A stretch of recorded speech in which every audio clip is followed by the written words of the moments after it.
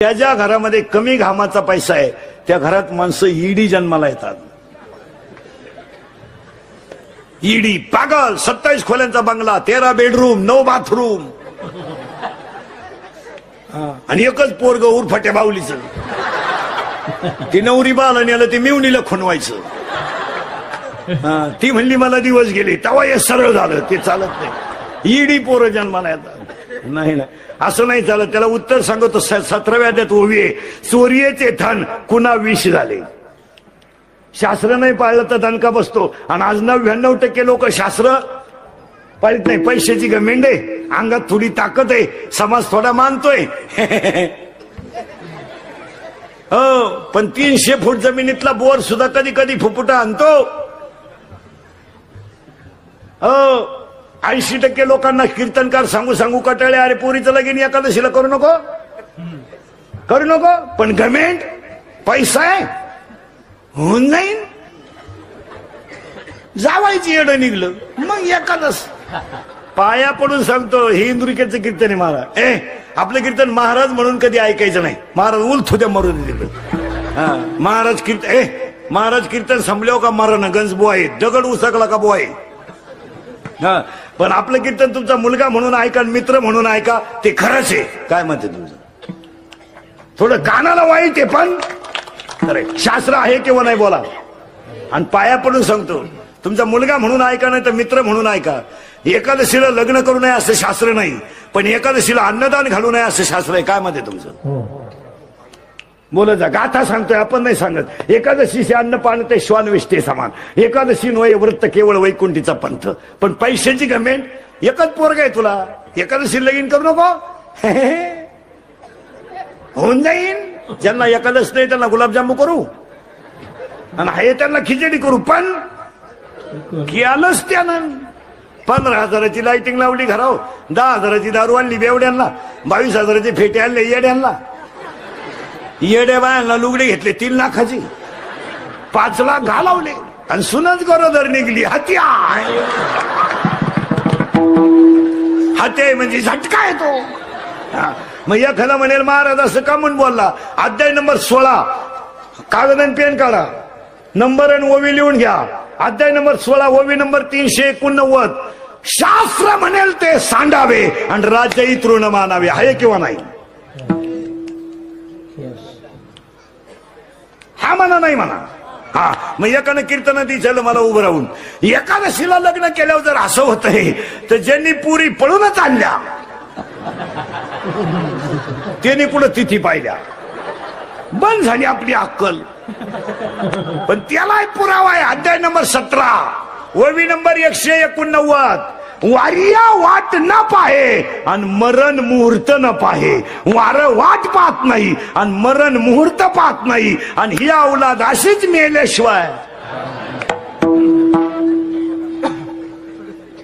ही कशी मरती याची ओवी आहे. अध्याय नंबर 3, अध्याय नंबर 3, ओवी नंबर 200. पतंगा दीप्ती आलिंगन आणि तया अचूक मरण. किडा दिव्यावर गेला,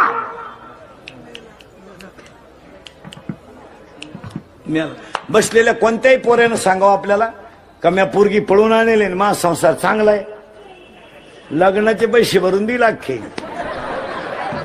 रोग घे शंभड्या, रोग द्यायला काय हरकत आहे, त्या लग्नाला खर्चच नाही. मग असले हो द्यायला येडे का?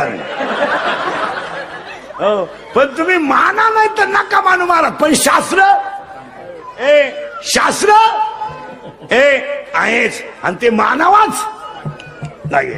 आणि आपण काय करतो महाराज, एक सूत्र सांगतो ऐका.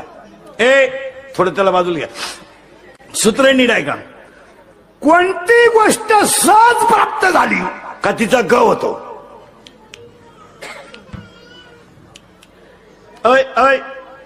वाक्य फिट बसते का? हा म्हणा, नाही म्हणा. कोणती गोष्ट सहज प्राप्त झाली का तिचा ग होतो. आणि तो ग झाला का ज्ञान बाजूला जात. ग ज्ञान गेलं खाली, वर काय आला? ग आणि ग वाढत आला का तो ज्ञानाला दाबतो आणि ज्ञान दाबत गेलं का विकार जागे होतात आणि माणसाचा नाश होतो. पुरावा 13वा अध्याय. नवलांकाराची गोटी, विशेषण लगे अज्ञानाच्या पाठी आणि सज्ञानाच्या झोंबे कंठी आणि नाना संकटे. थोडं वाजवता यायला लागलं का माणूस फुगला, थोडं गाता यायला लागलं माणूस आकाडला, थोडं कीर्तन बरं करता यायला लागलं त्यानं कुटाणा केलाच. परमार्थामध्ये तुमचा एक अभंग कमी पाठ असलं तरी चालेल, पण आचरणाची पकड ढिल्ली होता कामा नये. परमार्थ जाऊ दे, तुमचा अख्खा गाथा पाठ नसलं तरी कोण खात नाही तुम्हाला. गाथा पाठ करून काय करता तुम्ही? तुमचा गाथा पाठ नसलं तरी चालेल, पण आचरणाची बैठक जर ढिल्ली झाली ना तर अख्खा परमार्थ फेल. तुमचं काय मत आहे? एक वेळेस गाथा पाठ नसलं तरी मी म्हणतो हरिपाठ पाठ नसू दे, नीट वाक, तूच देवे. हरिपाठ पाठ नसलं तरी चालेल, पण परमार्थामध्ये मेन गोष्ट कशी आहे पहा. एक अध्याय नंबर 15 ओवी नंबर 35, अध्याय नंबर 15 ओवी नंबर 35. विरक्ती वाचूनी ज्ञानाशी तगणेच नाही. ज्ञान हे वैराग्याशिवाय टिकू शकत नाही. आणि आज आपली वैराग्याची ताकद गुरुपेक्षा कधी मोठं होऊ नये आणि आई बापापेक्षा कधी मोठं होऊ नये. काही माणसांना थोडं वाजवता यायला लागलं तो म्हणतो आमच्या गुरुलाच बोली ती नाही. काही तर म्हणते आपला गुरु आपल्या पुढे वाजित नाही. हो, काहीला थोडस कीर्तन काय यायला लागलं का त्याला शपरलेवाणी होतं. कारण एक गोष्ट तुम्हाला वाक्याने नाही का, एखादी गोष्ट तुम्हाला नाही मिळाली ना तरी चालेल मला, पण मिळवलेली टिकवणं अवघड आहे. मिळालेली टिकवणं मिळणार नाही. सगळ्यांनाच गाता येणार ती काय बापाची पेंट नाही. असं कोणी उठण पकवाद वाजन, कोणी उठण कीर्तन करीन, कोणी उठण रामायण सांगेन, बापाची पेंट आहे का? काही मेले माळकरी झाले नाही, काही मरतील सप्ताह झाले. हो, हे माळ घालणं, गंध लावणं, कीर्तन करणं, प्रवचन करणं बापाची पेंट आहे का? कोणी उठायचं माया पोराला पकवा शिकवा. इथं पक होत्याचं याडं निघलं, तुझं कुठे शिकतो? कोणी उठायचं माया पोराला कीर्तन शिकवा. कीर्तन करायचीच कचा कचा कोठरी बेतात, तुझं कुठे शिकतो? बावळ्याचा बाजार. तसं नाहीये ते. तासाच्या बाहेर पडलेलं बी कोळपायला तकलीफ करतं. तासाच्या बाहेर पडलेलं बी कोळपायला तकलीफ करतं, पण पोसत लई. ते म्हणाला असं का म्हणून बोलला महाराज. अध्याय नंबर 9 ओवी नंबर 38 लिहून घ्या. अध्याय नंबर 9 ओवी नंबर 38. मुडा हुनी बीज काढिले, निर्वाळी भूमी पेरिले, ते सांडीवी खुरी गेले ते काही. असं चालतं का ते? हो, जगात एकच माणूस आहे जे बापाला जमलं ते पोराला जमतं. एकच अख्ख्या जगात. कीर्तनकाराचं येडं होऊ शकतं, पखवाद्याचं खडे आणू शकतं, रामायणकाराचं कोणती सीता आणू शकतं, भागवतकाराची कोणती राधा आणू शकतं. फक्त एकच माणूस असा आहे जगात का जे बापाला जमलं ते पोराला जमतं. पुढारी.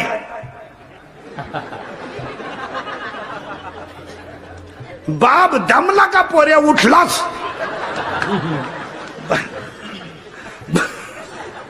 एवढंच कार्ट आहे. युवा नेतृत्व.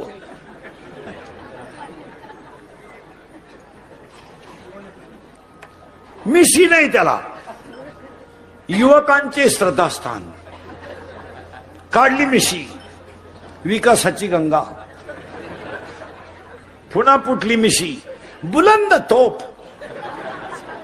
पुन्हा काढली मिशी, परिसराचे भाग्यविधाते. पुन्हा फुटली मिशी, भावपूर्ण श्रद्धांजली. मिळालं ते.